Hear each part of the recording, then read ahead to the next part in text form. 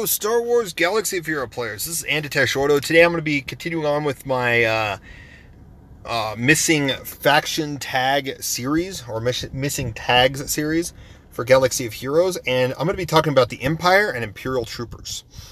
So the first character I'm definitely going to cover is Boba Fett. You made Jango. The reason why I'm covering these 4 bounty hunters is they made Jango Fett a separatist. He's not really a separatist. He's just paid by the separatists to do some jobs.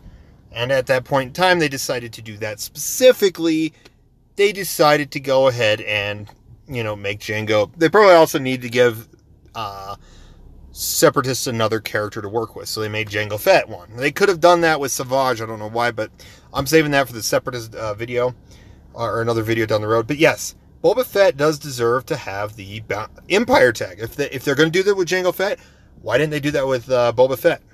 Boba Fett, would be great, especially now with the new Vader rework. Just imagine Calling Blade, execute, Calling Blade, execute. You can actually run Boba Fett under Vader, have his payout active, and his payout, he has 50 speed and additional defense penetration equal to 200% of his defense penetration. Wait, does he even have defense penetration? It's 0%, so 200% has and additional defense penetration. What? Okay, so I guess he gets 200%. I don't know how defense penetration works. I apologize for that. But yeah, he has a chance to hit hard. And if you build up all those dots on Vader and then you go to Boba Fett and go boom, that'd be nice. Especially if his payout was active. Especially if it's Vader leading.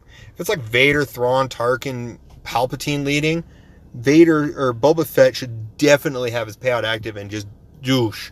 On top of the fact, he would get the Vader offense boost. He can also get the turn meter boost from Emperor Palpatine, the protection boost, and some of the offense boost from Thrawn, the cleanse ability from Thrawn, and then the speed from Tarkin. If you have the Zeta, it's 30. If not, it's 28. I don't get why they did that. But yes, Boba Fett, yeah, why not? Give it to us. CG, you did it with Jango Fett, why not Boba Fett? Why not Bosk? Boost the Empire. The Empire are hiring these bounty hunters. What would be his payout? 5% health and protection at the start of each turn, and half that amount whenever another bounty hunter ally takes their turn. I probably wouldn't be surprised if they add the, what was it called? The recovery from Empire allies, just because he's kind of an Empire, even though he only worked with them for like a little bit. He's only seen a little bit. Boba Fett's the one that actually achieves the capture of Han Solo compared to Bosk, Dengar, or IG-88. But why not? Why not? What would that hurt?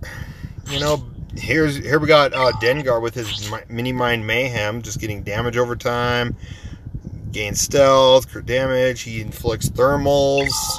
Yeah, I feel like why not? And Dengar's payout is 25 offense and speed till in battle, and has a 60% chance to assist when another bounty hunter ally uses a special ability.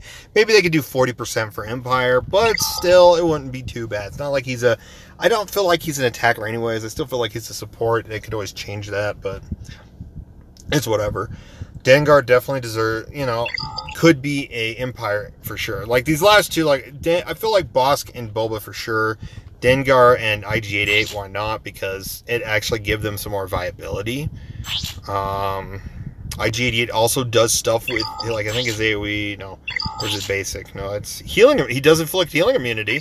So running that on a Vader team wouldn't hurt. So actually, Vader and bounty hunters. Vader, Bosk, Boba, Vader, Bosk, Boba, IG-88, and Dengar under Vader would be kind of cool to see. Would that actually work if they all had the Empire tag? Why not? His payout, critical hits to enemies reduce their tenacity by 10% stacking. His attacks ignore 50% defense of target locked enemies. And he has 25% offense if there is an enemy with target lock. And he'll be granting target lock a lot of the times, so that doesn't hurt at all. It'd be nice. And plus, if he does have target lock, or if the enemies do have target lock, can't recover health protection. So it's another way of healing immunity. So why not? Why not? These 4 could make sense for an Imperial tag or an Empire tag. Would it hurt? Probably not. just because they're just bounty hunters hired, and if they did it with Jango Fett, why the heck didn't they not do it with Boba Fett, Bossk, Dengar, and IG-88? They hired them to look for Han Solo. So, and then the next two are definitely, obviously, the Imperial Trooper tag. They could do a couple of things with it. I still feel like Gar Saxon does deserve some counter chance and is unique, but I digress. That's their thing. But him granting either tenacity, or another one I thought of recently is defense penetration, like 50% defense penetration. Wouldn't be too bad for Imperial Troopers. Who knows? Give something out there to make Gar Saxon better. And having him more lead Imperial Troopers instead of Empire, I'm still on board with that, because I still feel like, yes, Vader got his awesome rework, but I still feel like Vader should at least even just the Empire, not the Sith, but the Empire, have them counter. Have them have a 50% counter chance. It's not going to hurt. It's not going to hurt. Vader should still get 50% counter chance and is unique, too. So if someone AoEs on a normal, typical Sith Nightmare team, Palp, Vader, Thrawn, Sion, Nihilus, he's going to go to town. He's going to counter someone AoEs. So, it's interesting.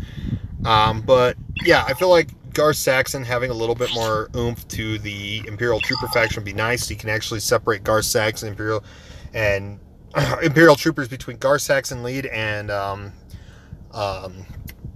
what's his name? General Veers, and then you can run Stark in either spot, and then you have some Stormtrooper. Of course, they still need to bring more Imperial Troopers in, but giving Gar Saxon that leadership wouldn't hurt. Imperial Super Commando. He's another one that deserves the Imperial Trooper tag. They literally are essentially being used as Imperial Troopers. Even though they're not really Imperial Troopers, they're used as Imperial Troopers. So I don't see why they couldn't be used that way. Why they couldn't be tagged that way. And then I feel like his unique could actually give potency to Imperial Troopers. I've discussed this before, but I wanted to rediscuss it again because I was talking about doing this series for, missing tags, and I thought, why not? I got a bunch of characters that need these I feel like a lot of characters need these missing tags to make them better. And here you go. These are the characters I think that should be between Empire and Imperial Trooper. And again, I have discussed at least Gar Saxon, Imperial Super Commando when I discussed about different Empire characters getting reworked. So here we go. Other than that, let me know what you guys think in the comments below. Did I miss any characters? Please let me know. And thank you for watching, and you guys have a phenomenal day.